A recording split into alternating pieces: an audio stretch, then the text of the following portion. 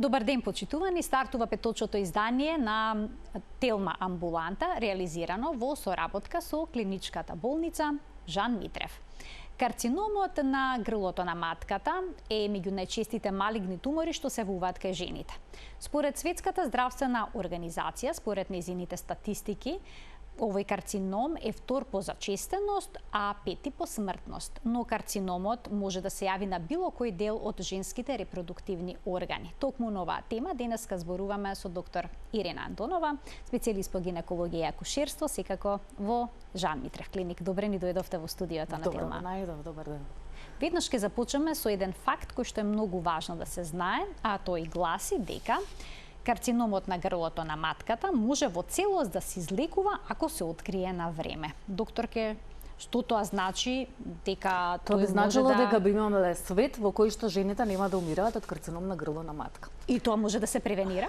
Може да се превенира, можеме да го фатиме на време, можеме да го лекуваме, а дури можеме и примерна превенција да му направиме, односно да не дозволиме да се развие. Тоа е, вие спомнавте Светска здравствена организација во самиот вовед, значи тоа е една од целите на нивните планови до 2030 година.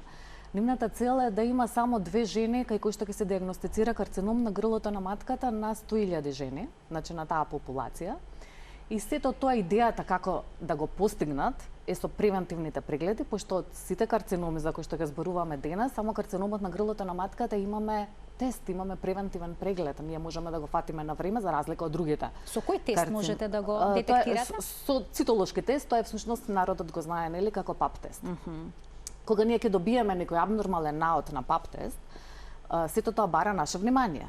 Да продолжиме понатаму, односно да ја иследиме пациентката за да видиме дали навистина го имаме тој наод, што понатаму ќе превземаме, а исто така да го докажеме. Кога ќе добие пациентката резултат ЦИН-1, ЦИН-2 или пак ЦИН-3, што тоа значи? Дека има некакви преканцерогени промени? Тоа се преканцерози на грлото на матката, од кои што со текот на времето, низ години, ќе дојде до развој, доколку не се превенира. Најчесто, значи некогаш може да бидат и регресивни, односно да се врати назад, поготово ЦИН-1 може само од себе да се излекува. И они како преканцерози со текот на времето ќе доведат до појава на карцином на грлото на матката. И сега нашата цел како гинеколози, односно и целото општество, ние да ги фатиме точно во ова време. Односно да ги фатиме кога у нас се уште на ниво на преканцерози, за да можеме ние да делуваме за пациентката да не развие карцином на грлото на матката и ниту еден живот понатаму, нели, да не биде однесен од оваа болест. Кој што е превентивна, како што споменавте, колку често треба да се прави пап тестот и на која возраст жените треба да започнат со овие испитувања? Значи, тие препораки се некои кои што се менуваат со текот на времето. Денеска покрај пап тестот е додаден и брисот за ХПВ типизација. Поради тоа што се смета дека основен и главен причинител за појава на карциномот на грлото на матката е всушност инфекција со хумен папилома вирус. Поради тоа и препораките се менуваат. Ако на времето беше еднаш годишно и ако беше сугерирано дека доколку пациентката добие 3 негативни пап теста во 3 години поред, дека може да го разрачи малце земањето еве на пап тест и да биде тоа на 2 или на 3 години. Меѓутоа еве сега вака, пошто сакаме да го искоренаме, имаме популација на жени кои што ја не слушаат, ништо нема да сгрешат ако еднаш годишно отидат на пап тест. Да ги разгледаме ризик факторите, таму се наоѓа и ХПВ вирусот. Издвоивме ние неколку ризик фактори кои што ќе ги искоментираме и секако ова не е конечна листа, има уште некои кои што можете да ги споменете, но еве одиме по ред. Значи, кои се најчестите ризик фактори? Тоа е инфекција со ХПВ, пушење, бактериска инфекција со хламидија, терапија со кортикостероиди, рано стапување во сексуални односи, промискуитет, стрес и неурамнотежена исхрана, хормонска контрацепција, семена историја со карцином на грлото на матката, сексуални односи без заштита. Докторка, ќе одиме редоследно, едно по едно ќе разгледуваме. Она што најбитно е инфекција со хумен папилома вирус. Дали сите типови на ХПВ вирусот се подеднакво агресивни и може да создадат некои такви промени? Во високоризични и во нискоризични. Поделбата е направена врз основа на сите оние испитувања кои што се направени, односно оние високоризични се оние кои што може да предизвикаат карцином на грлото на матката, а нискоризичните самото им кажува дека имаат низок ризик за да предизвикаат карцином на грлото на матката, меѓутоа тие можат од друга страна да предизвикаат брадавици. Например, генитални брадавици кај пациентките. Обично најзастапени според анализите во ткивата на карциноматозните ткива од грлото на матката кај пациентки кои што се оперирани, е докажано дека некаде во 70% тоа е HPV-16 и HPV-18. Тоа не значи дека другите што се високоризични не можат тоа да го направат. Тука спаѓаат и HPV-31 и 33 и таа листа постојано се апдейтира и се менува. Не зависи само, значи сега некоја пациентка ќе рече јас имам HPV-16, дали тоа сигурно значи дека јас ќе добијам карцином на грлото на матката. Значи, покрај HPV-то многу е важно генетскиот одговор, односно имуниот одговор на пациентката. Не значи дека сите што ќе се заразат со HPV-16, 18 или високоризичен ќе добијат карцином на грлото на матката. Се смета дека тоа е некаде околу 10%. Другите сами во тек на пример на 2 години ќе го неутрализираат вирусот. А има ли жени кои што ќе дојдат во контакт со овие агресивни форми на HPV вирус и нема да развијат никакви промени? Апсолутно. Да, јас кажав дека тоа се некаде околу 10% кои што ќе развијат. Кои се причините? Зашто некои жени ќе развијат или не? Најверојатно сето тоа е запишано во генетската основа на пациентката, во концентрацијата на HPV вирусот со кој што доаѓа во контакт. Значи агресивноста исто така на самиот вирус, меѓутоа вирусот без наша сензибилност кон него нема да може да направи ништо. А жените кои што се заразиле со HPV вирус што предизвикува брадавички, исто така имаат ли ризик за цервикален карцином? Дали тие форми на HPV би можеле да предизвикаат некаков проблем? Обично тие форми предизвикуваат брадавички, значи не предизвикуваат, меѓутоа жената која што стапила во контакт и добила HPV зборува за начинот на живот, за сексуалните односи. Тоа не значи дека кога вие имате нискоризичен не можете да добиете високоризичен HPV, или не значи дека кога имате еден тип на HPV дека не можете да ги имате и другите. Сето тоа значи од нашиот живот, од нашите сексуални склоности кои што ги практицираме. Следниот ризик фактор беше пушењето. На кој начин цигарите придонесуваат во развој на овој проблем? Пушењето не само што е одговорно за зголемување на инциденцата на карцином на грлото на матката кај пациентки кои што веќе се заразени со HPV, они имаат многу негативни придобивки по здравието, поради тоа е во една кампања за здрави животни навики, една од 10 е всушност откажете се од пушење.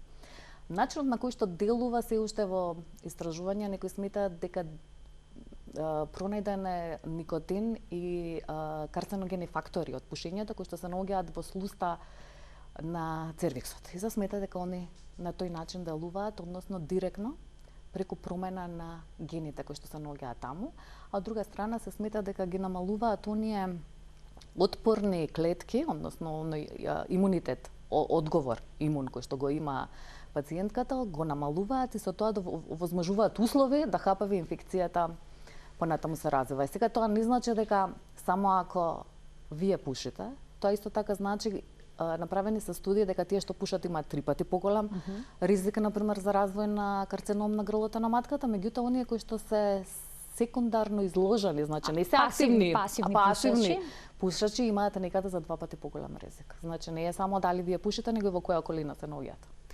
Следното на листата на ризик фактори ни беше инфекцијата со хламидија.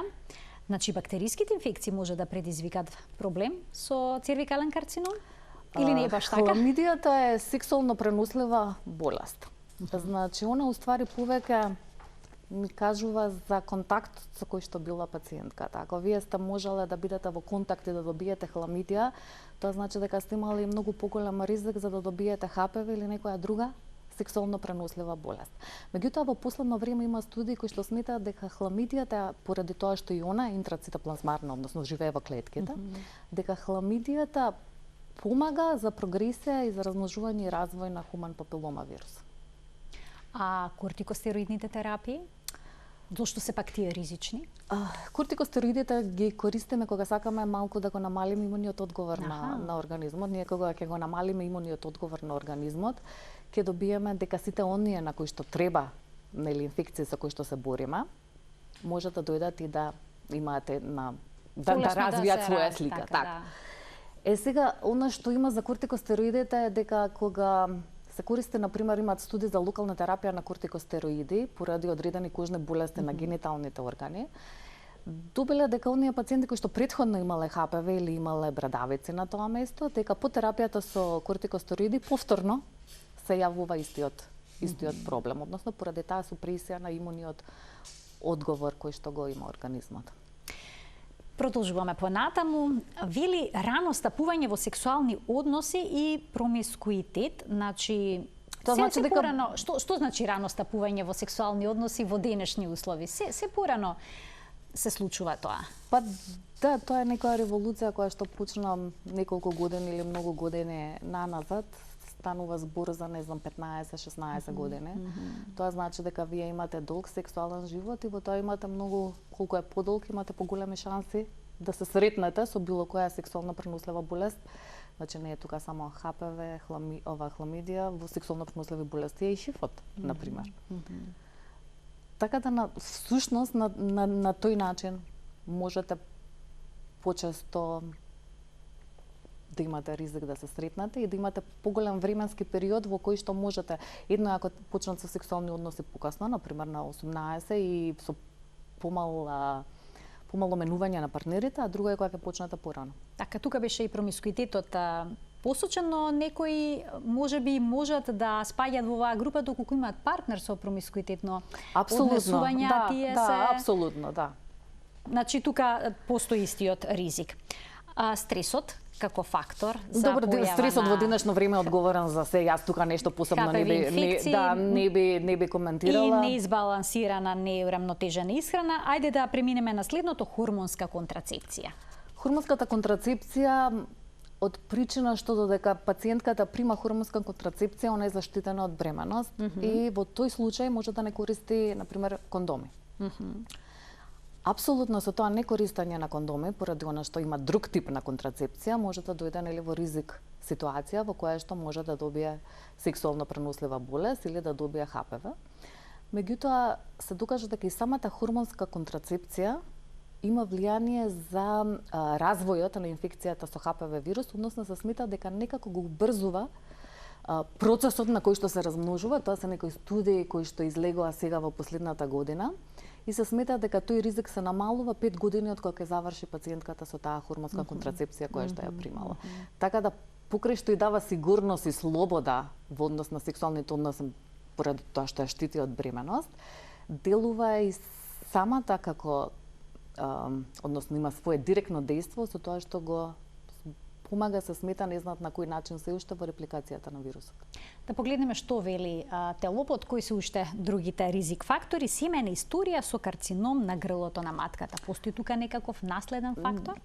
Па наследниот фактор е фактор во кој што вие реагирате на надворешен, например, инфективен стимул. Значи, начинот на кој што имунитетот наш реагира, односно на кој што се бориме со инфекциите, е предодреден. Ние ги имаме тоа запишано во нашите гени.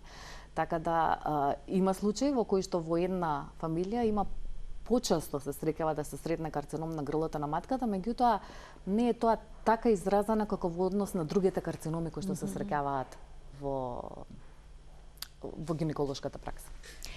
И последното што го издвоивме, барем ние како сексуални односи без заштита. Тоа не значи дека кондомот 100%, дека презервативот 100% штити од сексуално преносливи болести, поради тоа што потребна е кожа со кожа, меѓутоа во голема мера прави бариера и заштита. Неговата секако правилна употреба. Постојат ли специфични тестови за утврдување на ХПВ инфекција кај мажот? Тоа се истите кои што се кај жената, тоа се детекција на ХПВ, односно тестот е сличен, е многу полесно ќе биде на гледачите како за ковид инфекцијата. Значи се зема бриз? Да, се зема бриз и се испраќа преку генетска лабораторија, тоа се работи со одредени методи. Значи мажите исто како и жените може да бидат носители на не значи дека ХПВ е одговорен само за карцином на грлото на матката. Значи, лезии со ХПВ, односно инфекции со ХПВ, може да предизвикаат орален карцином. Може да предизвикаат карцином на ректум. Исто така го има кај мажите, поради тоа што жените не можат да се заразат, нели, доколку го нема, во најголем број случаи сега, доколку го нема тоа и кај мажот. Да ги поканиме денески гледачите да се вклучат во Телма амбуланта на телефонскиот број 3076 677. Доктор Ирина Андонова, специјалист по гинекологија и акушерство во Жан Митрев клиник, е денешната гостинка. Таа ќе ги даде одговорите на сите ваши, но секако и бројните наши прашања предвидени за денеска. Дали, и туку уште еден телопеве веднаш ќе погледнеме пред да го поставам прашањето, кој што вели, исто се работи за факт, од почетокот на болеста до појавата на првите симптоми може да поминат 20 години. Што ова значи, доктор, ќе се развива бавно инфекцијата со HPV вирус, бавно тече процесот на промена на клетките или не е тоа секогаш така? Процесот е бавен поради тоа што треба да помина низ инфекција, па да помине низ преканцерози, па да стигне до карцином. Обично првиот стадиум на карцином, ако зборуваме за симптоми, не дава симптоми. Симптомите кои ќе се појават обично е веќе касно. Станува за збор за карцином кој што најверојатно е веќе проширен. Така да нашата цел со години може да не даде никаков симптом. Со години, што значи ние имаме овде на телопот кој што пишува, имаме 20 години да го фатиме дека постои карциномот и да го третираме. Предпоставам дека за овие 20 години пациентката сигурно, жената треба да посети гинеколог и да направи апсолутно цитолошки тест за да видиме зашто станува збор. Појавата на првите симптоми е обично многу касно. Оние први симптоми се во однос на обично се јавува крварење надвор од менструален циклус, крварење при односи. Меѓутоа тоа значи дека веќе имаме такви промени на грлото на матката за кои што е потребна или некоја опсежна операција која што после тоа ќе биде пратена со зрачење или станува збор за иноперабилен случај. Кај овој карцином имаме време кога ние можеме да го фатиме и можеме да делуваме. Тоа значи од сите карциноми единствен за кој што постои тест на кој што можеме да го диагностицираме. И сега во денешно време, кога ние имаме тест да нешто испитаме, да го диагностицираме, кој што не кошта ништо. Така штета е да се развие болеста, кога може да се превенира, пошто тоа да не се е само спречи. животот на пациентката или животот на жената, тоа е животот на целото семејство. Имаме гледач кој што ќе го вклучиме во програма, ќе му дадеме предност. Добар ден. Добар ден. Добар ден. Повелете во програма сте. Вака, јас сум на 40 годишна возраст. Имав редовни менструации, али на 25, на 28 дена. Направив неколку пати HPV и пап тест, се е во ред. Сега, последниве, мислам, денови, после менструацијата, последна недела, во бришењето како розовко делуваше. Како крв розова. Не крв да течи, само розовка. И на 17-тиот ден сега ми дојде пак менструација. Зашто се работи? Па најверојатно ви благодарам за вклучувањето, повелете. Ви благодарам на прашањето. Значи најверојатно овде станува збор, секако без преглед јас не можам да кажам, меѓутоа дека станува збор за некој хормонален проблем, поготово што за 17 дена од последната менструација имаме ново менструално крварење. Пациентката рече дека, односно гледачката рече дека неколку пати направила и пап тест и HPV типизација, дека се негативни. Така да проблемот најверојатно е хормонален кој што на го има. Каков преглед тука предлагате? Гинеколошки преглед, апсолутно. Да, обичен гинеколошки со кој што и со ултразвук ќе се видат, ќе се види промината и на ендометриозата на матката, како и на овариумите, може да станува збори за некоја циста, која што е функционална, која што ќе исчезна, меѓутоа сето тоа треба да се погледне и да се види. Така, продолжуваме понатаму. Што се презема кога пациентката ќе добие на пап тестот резултат CIN1, CIN2 или CIN3? Што понатаму? Така, ние кога ќе добиеме... Секогаш мора типизација на HPV да се направи или не мора? Ние правиме типизација на HPV, значи меѓутоа она што е основно сега што треба да направиме кога ќе добиеме CIN2 или CIN3 е да докажеме дека навистина е CIN2 или CIN3, односно дека навистина постои таква промена на грлото на матката. Тоа можеме да го докажеме само со биопсија. Дефинитивна диагноза од пап тест ние немаме. Значи треба да пациентката да дојде, да направиме колпоскопија, се зима мал дел од грлото на матката, таму каде што е сомнителен, односно се прави биопсија и сето тоа понатаму се прати се праќа на патохистолошка анализа, која што е дефинитивна диагноза. Во зависност од таа патохистолошка анализа, зависно што ќе добиеме, ние понатаму ги третираме промените. А дали вие со колпоскопскиот преглед би можеле да процените во моментот се работи ли за проблем или не? Видлив е? Да, најчесто е видлив, меѓутоа немаме доказ. Немаме хистопатологија дека, например, тоа што го гледаме е ЦИН-2. Или дека е ЦИН-3, или дека има повеќе. Се додека не добиеме потврда на нашето тврдење, меѓутоа нели има одредени колпоскопски наводи, да ние знаеме што гледаме и што очекуваме да добиеме кај таа пациентка. Дури во светот има врз основа на колпоскопските наводи, односно за да не ја изгубиме пациентката од контрола, она која ќе дојде да направиме пап тест или да направиме колпоскопија и доколку имаме промена, ние можеме, тоа се вика, гледаме и третираме, значи во исто време, меѓутоа кога сметаме дека сето тоа не е повеќе, например, од ЦИН-1. Можеме да користиме различни техники со кои што можеме тоа да го извадиме или да го изгориме, да го смрзнеме. Доколку се работи за ЦИН-1, какви препораки добива пациентката? Доколку станува збор за ЦИН-1, може да се применат одредени техники на грлото на матката, кои што не се, како што знаете, или конизација или операција на грлото на матката, меѓутоа техники со кои што ние можеме да го отстраниме оној епител во кој што сметаме дека има ЦИН-1. Не значи дека тоа е задолжително. Многу често ЦИН-1 знае да се повлече, поради тоа само од себе ние можеме и да ја пратиме пациентката. Значи ќе добиеме резултат дека имаме ЦИН-1, ќе добиеме дека имаме ХПВ или немаме ХПВ вирус и таа пациентка можеме да викнеме на контрола за 6 месеци, односно не мораме ништо посебно да направиме во однос на третирање на грлото на матката и очекуваме дека сето тоа само ќе помине и пациентката ќе се избори со диагнозата која што има. Советувате да земаат нешто за подобрување на имунитетот?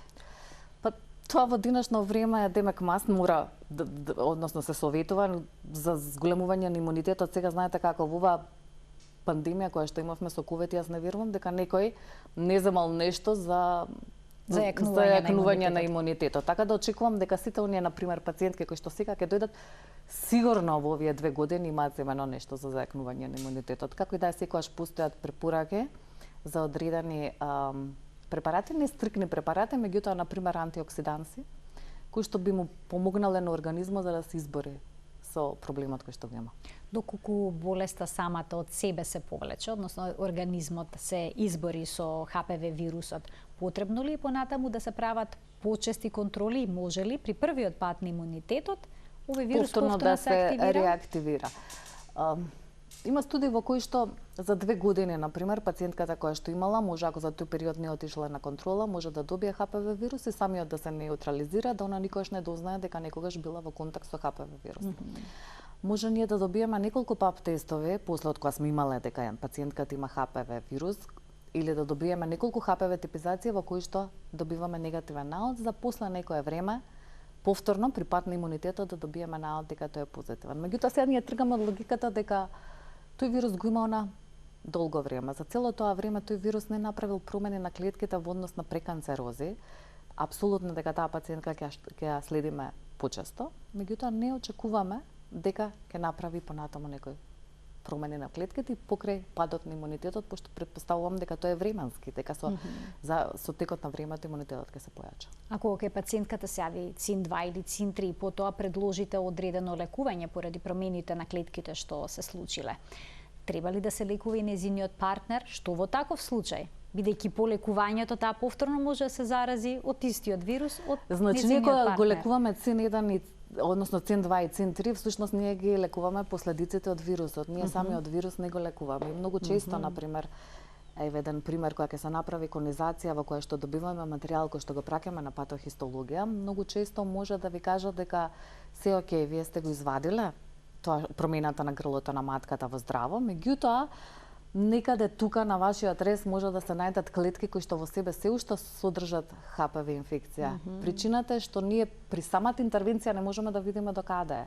и колку е распространета. Тоа не значи дека ако ние третираме пациентката и добиеме дека повеќе она нема ниту ЦИН-2, ниту ЦИН-3, дека ние сме ја излекувале и од ХПВ инфекцијата. Всушност, ние сме ја излекувале од последицата која што таа пациентка има. Но карцином не се јавува само на грлото на матката. Може да се појави и на други делови. Да, апсолутно. Тогаш од што е предизвикан? Причината за другите карциноми не е вака инфективна како што е во овој случај, меѓутоа од друга страна па и не можеме така да направиме скрининг, односно претходно да знаеме дека нешто се случува. Добрата страна на овој карцином кој што се јавува на телото на матката е тоа што дава рани симптоми. Па многу често тој карцином го фаќаме многу рано. Тоа значи кога обично се јавува кај пациентки кои што се во постменопауза, завршила менструацијата и некаде во некој период од година, 2 или 3 после завршување на менструација, пациентката добива некој вид на крварење. Значи крварењето во менопаузата треба сериозно да се свати. Апсолутно, да. И пациентката добива крварење, се обраќа на гинеколог, така да овој тип и покрај тоа што немаме превентивна методологија, нели, како да го скенираме, ние имаме рани симптоми и обично го фаќаме во прв стадиум.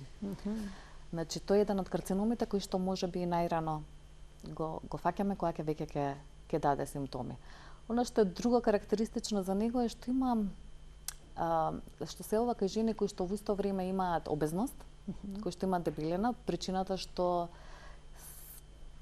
за негово појавување се смета дека се и естрогените, а естрогените се липосолубилни, живеат во масти и ги има во масните клетки. Тоа значи дека жената која што е обезна може да има поголема количина на естрогени, а од друга страна кога ќе влезе во менопауза го нема другиот хормон кој што треба да го неутрализира дејството. Имаат обично висок крвен притисок и најчесто имаат дијабет. Сега не значи ако жената не влегува во овие три дека не може да го развие, апсолутно. Но овие се најризичните. Меѓутоа обично оди со оваа тријада. Имаме двајца гледачи, ќе ги вклучиме во програма да им дадеме предност со нивните прашања. Добар ден. Ало, добар ден. Повелете. Добар ден. Видете, би сакала докторката да ја прашам. Јас сега имам 64 години. Меѓутоа на 48 години се оперирав од рак на дојка. А пред да се оперирам, мислам, менструација се и тоа ми било редовно. Пред да се оперирам, јас си одев кај доктор... Си одевте кај својот доктор, така? Коруновски, таму, мислам се уште они ми се матични и одев, често пати ми се појавуваше цинеден и јас ќе отидам кај докторот и ми вика ништо не е. Пак ќе отидам, ќе направам пак тест, пак цинеден, пак ништо не е и така дојдов до операција на дојката. И сега тоа ми е чудно што ја слушам докторката дека цинеден има некои предпоставки дека сепак нешто постои. А тој ми викаше дека као ништо не било. Така, вас е дилемата дали постои поврзаност помеѓу цинеден и карциномот на дојката што сте го добиле. И така, колку што ве разбра. Ви благодарам за вклучувањето. Можете ли да појасните постои ли таква корелација? Карциномот на дојката, причинителите за негово појавување се различни од од појава на цинеден. Јас претпоставувам пациентката имаше ова гледачката. Јас извинувам со ова пациентки поради тоа што на работа обично нели така се обрекам на таков начин. Претпоставувам дека она има 64 години, рече дека не е оперирана, јас како што сватив од на генитални органи, само оперирана. Да, претпоставувам дека тој цинеден веќе повеќе го нема, меѓутоа нема некоја причинско зависен однос помеѓу присуството на цинеден кој што го имала и ракот на дојка. Јас претпоставувам докторот што на неа и рекол дека не е ништо страшно, ја прател. Всушност не индицирал некој било каков третман, меѓутоа ја прател да види како се тоа. Тоа што објасните следење ке пациентите со цинеден. Како тоа ќе се развива, што имаме пример. Сето тоа претпоставувам 64 години јас ги немам нодите, меѓутоа се повлекло само од себе. Значи 40 до 60 тоа се 20 години во кои што се пратело и сето тоа само од себе, односно нејзиниот имунитет довел да го совладал и покрај тоа што се бурела со карцином на дојка. Но карциномот на дојката не е поврзан конкретно со сето ова. Да го слушнеме прашањето и на вториот гледач. Добар ден. Добар ден. Повелете. Имам едно прашање. Повелете. Имам 74 години. Така? До сега еднаш годишно правев папа тест и обичен гинеколошки преглед. Ме интересира докторот да ми каже до колку години, која возраст треба да правиме папа тестот или Така. доволно е само гинеколошки преглед? Ова е одлично прашање. Ви благодарам за вклучувањето во програма. До која возраст има потреба за ова? Зависи од минатите пап тестове. Зависи од тоа дали стои се уште матката или е извадена, значи како претходно иделе на одите. Она што е последно, дека доколку претходните пап тестови биле во ред, пациентката веќе е во менопауза, некаде после 60-та година од животот нема потреба од пап тест. Така, значи веќе нова возраст кај пациентката доколку се било ред Доколку се било во ред, јас не ја знам, сега не го Така. знам минатото, доколку никогаш не имало никаков наод на пап тест, тогаш може не гинеколошкиот преглед, меѓутоа пап тестот може да го да не го прави. Повеќе или многу ретко на 5 години. А што е кај младите жени, од која возраст девојките треба да започнат да прават пап тест? Има ли пак некоја долна граница? Сето тоа зависи од кога ќе станат сексуално активни. Ако станат сексуално активни многу рано, например на 15 години до 20 години, они веќе имаат 5 години на активен сексуален живот во кој што може да се сретнат со HPV инфекцијата. И тоа се 5 години во кои што ако се сретнале на почетокот со HPV инфекцијата со некој високо ризичен тип, он може да направи промени на грлото на матката кои што треба да ги најдеме или да ги фатиме. Во најголем број случаи може да се реверзибилни, меѓутоа ние треба да ги знаеме. Значи многу зависи од кога ќе почнат со сексуални односи, она што беше правило порано, дека година дена од започнување со сексуални односи пациентката треба да направи пап тест. Со кој редослед ќе иде понатаму ќе зависи од пап тестот кој што ќе го направи. А позитивни наоѓи наоѓате ли почесто кај повозрасни жени во однос на млади девојки со оглед на тоа дека кај нив млади девојки имунитетот е почесто ќе посилен? најдете HPV вирус. Поради тоа има некој при идентификацијата. Да, од причина при што типизацијата. постарите пациентки, мислам постари, сега еве на Повозрасни, 25 така. повозрасни, да не бидат постари, нели на 25 години, обично промената на сексуалните партнери е помала. Мислам, овие што влегуваат во сексуалниот живот имаат поголем ризик прв пат да се сретнат. И не само што е ризикот за прв пат да се сретнат со овој вирус, него во тој период има голема осетливост на цирвиксот, поготово на епителот, на едно место на кое што се спојуваат два различни видови на епител, пошто тоа е една динамична граница која што нонстоп варира во зависност од возраста на пациентката и во зависност нели од хормоналниот статус. Сега ќе погледнеме еден блок реклами, почитувани останете на Телма, ќе проговориме и за проблемите со карцином што може да се јават на јајниците.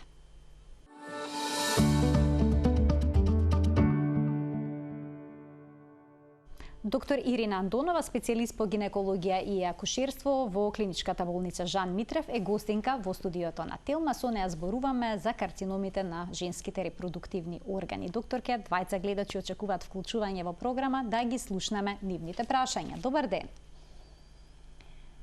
Добар ден. Добар ден. Повелете во програма сте. Фала многу. Поздрав до емисијата, баш ми се бендисува и сакам да ја прашам докторка за едно прашање.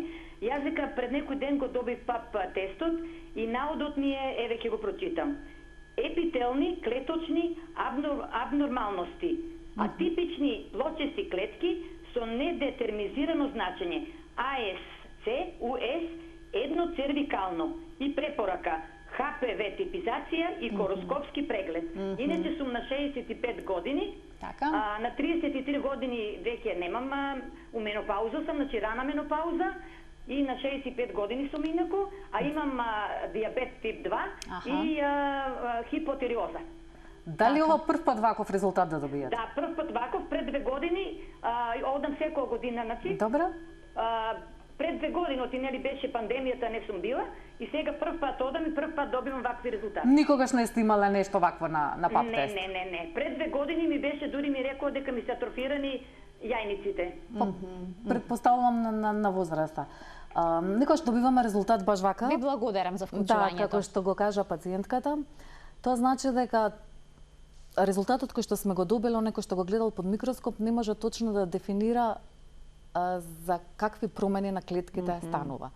Некогаш и многу често во овој случај може да станува збор за инфекција која што не мора да биде HPV инфекција. Може да станува збор за некој друг тип на инфекција која што дала промени на клетките кои што се нејасни. на цитологот кој што ги гледа. Може да кандида нешто такво да создаде ваков тип на проблем? Може, меѓутоа во најголем број случаи со оглед на возраста претпоставувам дека е некоја бактериска инфекција. Врз основа на тоа што е 65 години, нема толку естрогени, лактобацилите се намалени.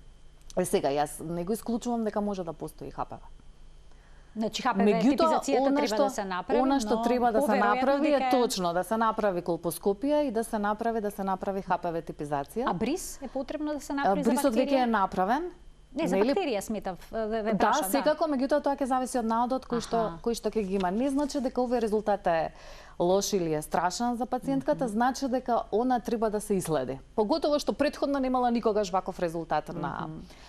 И овој наод што го има не укажува на, пошто гледам дека ми ги спомна и претходните и болестите кои што ги има, пошто ние спомнавме диабет, обезност, висок притисок, значи он укажува на промени на грлото на матката. Не станува збор за промени внатре во телото на матката. Меѓутоа сепак дека ќе треба да направи понатамошни, се надевам дека ќе бидат резултатите добри. Ајде да слушнеме уште едно прашање од гледач. Добар ден. Добар ден. Добар ден. Ке ве молам да поставам едно прашање. Јас сум на 55 годишна возраст. На 48 се оперирав од аденокарцином на ендометриум. Бев и на радиотерапија. Меѓутоа, после толку време, сега ми се појавува покачен тумор маркер. До сега не ми правеле воопшто такви исследувања. За кој тумор маркер, извинете, станува збор? CA125. И во која вредност е? До 100 доаѓа и цело време тука се движи. Ми рекоа да испитам други органи, бев кај докторката на онкологија. Значи, не може ништо да се констатира, меѓутоа кај мене сепак тумор маркерот и ме загрижува тоа, пошто беше малигно. А колку време го имате вака покачан? Колку пати сте го правеле до сега? Па веќе 2 години. Веќе 2 години го имате во иста вредност, он не расте? Не расте, меѓутоа знаеше да се намали до 70, па да се покачи до 100 и така. Меѓутоа цело време во таа вредност од 70 до 100? Да. Туморскиот маркер? Ви благодарам за вклучувањето. CA125 е маркер кој што не е претежно за овариуми, меѓутоа и за останатите гинеколошки проблеми, меѓутоа исто така и за промени кои што има, например, на обвивката внатре во абдоменот, на перитониумот. Што го има. Она што е битно да, ако пациентката имала CA125 направено кога направила хистеректомија, онда ние можеме да речеме и да споредиме. И ке речеме расте или паѓа. Меѓутоа, 2 години он се одржува на одредено ниво, така да неговиот пораст може да биде и од бенигна етиологија. Не значи дека неговиот пораст е од малигна етиологија. Јас претпоставувам дека кога е бил покачан, кога ги добила резултатите дека CA125 е покачан, дека направила и други анализи како што се компјутер или магнетна мала карлица, ултразвук на мала карлица, во кои што претпоставувам дека не е детектирано дека има ремисија, односно дека повторно се јавил карциномот кој што го има. Така да он може да сугерира и на бенигна патологија. Не мора да станува збор за карцином и она што е битно кога го пратиме, значи туморските маркери, без оглед за кој карцином станува збор, е да ги имаме првично, односно да ги имаме тогаш кога ќе се прави операцијата за одреден тип на карцином, за да можеме да го пратиме нивниот пат и нивниот раст. Не значи дека сите карциноми имаат покачени туморски маркери. Некојаш и бенигни состојби знаат да дадат покачени. Секако за CA125 велиме кога ќе биде над 200, онда не очекуваме дека е бенигна ситуација. Овде која се движи од 70 до 100, претпоставам ако другите анализи се добри кај гледачката, дека би требало да биде во ред. Ајде да ги слушнеме прашањата од следните гледачи. Имаме уште двајца гледачи. Добар ден за првиот од нив. Ало. Повелете. Добар ден. Добар ден. Поздрав до студиото. Благодарам. Поздрав до докторката Ирена. Благодарам. И имам едно прашање. Значи сум на 48 годишна возраст. Оперирана сум конизација, пратена со цин-1, меѓутоа конизацијата после излезе дека е цин-3. После 2,5 години сега имам повторно високоризичен ХПВ, 16 и 52, тие промени ги прави често, да речам имам 3-4 контроли правено во последниве неколку месеци. И имам препорака за повторна операција, односно сега како хистероктомија. Вие имате промени на клетките или ги имате само присутни вирусите? Не, имам и промени на клетките. Повторно имате цин-3? Да, правена е биопсија пред 2,5 месеци. Биопсијата покажа дека има повторно цин-1. Така, и сега ви интересира што да се презем, уште некој подпрашање да немате? Ме интересира, значи вака, имам уназад историја со бременности, имам 7 спонтани абортуси, предвремени порајања, едно живородено дете. Имате 48 години, така ме реков? 48 години, да. Во менопауза сметано од 32 години, значи сум некако како во менопауза со предходни проблеми, да речам, со сите времености, хормонални терапии, тие се сите... Колку време имате добиена менструација? Па сега последно 2012. Значи тоа е многу одамна. Да. Вашето прашање е дали да правите хистеректомија сега на наодот кој што го имате? Да, моментално на наодот, значи препорака од лекар, овде матичен гинеколог имам дека мора да се направи, пошто цело време ХПВ-то е присутно и мора да се направи хистеректомија. Дали со хистеректомијата би се отстраниле сите овие, да речам, проблеми што ги имате? Ќе се устрани цин-1 или цин-2, цин-3 без оглед што имате на биопсијата, меѓутоа не може да ви се гарантира дека кога ќе ја извадите матката ќе се отстрани инфекцијата со хуман папилома вирус, од причина што може он да продолжи да живее во клетките кои што се високо горе на вагината. Значи не постои начин на кој што во текот на операцијата ќе се види дека сите тие клетки во кои што има и се заразани со вирусот ќе се отстранат. Меѓутоа ако еднаш направило промени како цин-3, сега има повторно промени цин-1, апсолутно сметам дека треба да се превземе нешто. Да се преземе нешто. Следното прашање од гледач, ќе го слушнеме во овој момент. Добар ден. Ало, добар ден. Добар ден. Поздрав до емисијата, до докторката и водителката. Благодарам. И имам едно прашање. Јас сум жена на 52 години и околу 20 години имам на грлото на матката раничка. Меѓутоа, редовно правам пап тестови, тестовите се секогаш супер, резултатите се. Прашањето ми е дали е подобро таа раничка да се изгоре лазерски или да ја оставам така со текот на, пошто го немам менструалниот циклус веќе, ќе се изсуше. Дали кога последен пат бевте на гинеколог? Пред 1 година. Постоеше ли раничката уште? Да, таа ми постои и едниот гинеколог, барав совеќе од 20 гинеколози, едниот вика да се изсуше, тој што ми е матичниот, а другиот ми вика таа со текот на времето, пошто немаш веќе менструален циклус и во климаксот, сама по себе ќе се изсуше. Сега, дали тоа може да доведе до карцином на грлото на матката или како еден совет? Вие имате негативни тестови, односно имате пап тестови кои што се негативни, каде што нема воопшто никакви промени на грлото на матката. Не знам дали имате ХПВ типизација направена? Не, такво немам направено. Меѓутоа никогаш нема сомнение од пап тест дека имате ХПВ вирус, предпоставувам, затоа и не сте правеле. Да. Поради тоа што не е присутен ХПВ вирусот, пап тестовите ви се добри, имате 52 години, веќе сте во менопауза, би требало да се, како што ќе атрофираат сите органи, така како што ќе атрофираат гениталните органи, пошто нема хормони, очекувам дека и таа раничка со текот на времето би требало да се намали. Кога не сте направиле лазер до сега, 20 години имате, мислам дека немате причина ако нема некоја друга промена да правите лазер сега. Да продолжиме, докторке, со промените кои што се случуваат на јајниците, односно канцерогените промени на овариумите, и јас тука издвоив еден податок кој што можеме да го видиме, се работи за петиот телоп. Зачестеноста на ракот на јајниците е различна во различни земји, најниска е во Јапонија, а највисока во скандинавските земји. Се јавува ли често кај нас? Па, кај нас некаде можеби на петото место од карциномите кај жената кои што се јавуваат. Значи, зависно од јас ги немам сега сите податоци кои што ги има Завод за статистика, нели, кои што ги води сите овие податоци, односно сите овие анализи.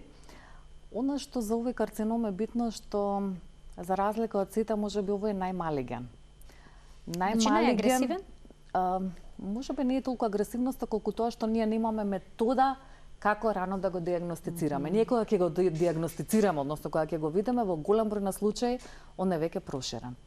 Ако се фати во прв стадиум, има 95% 5 годишно преживување.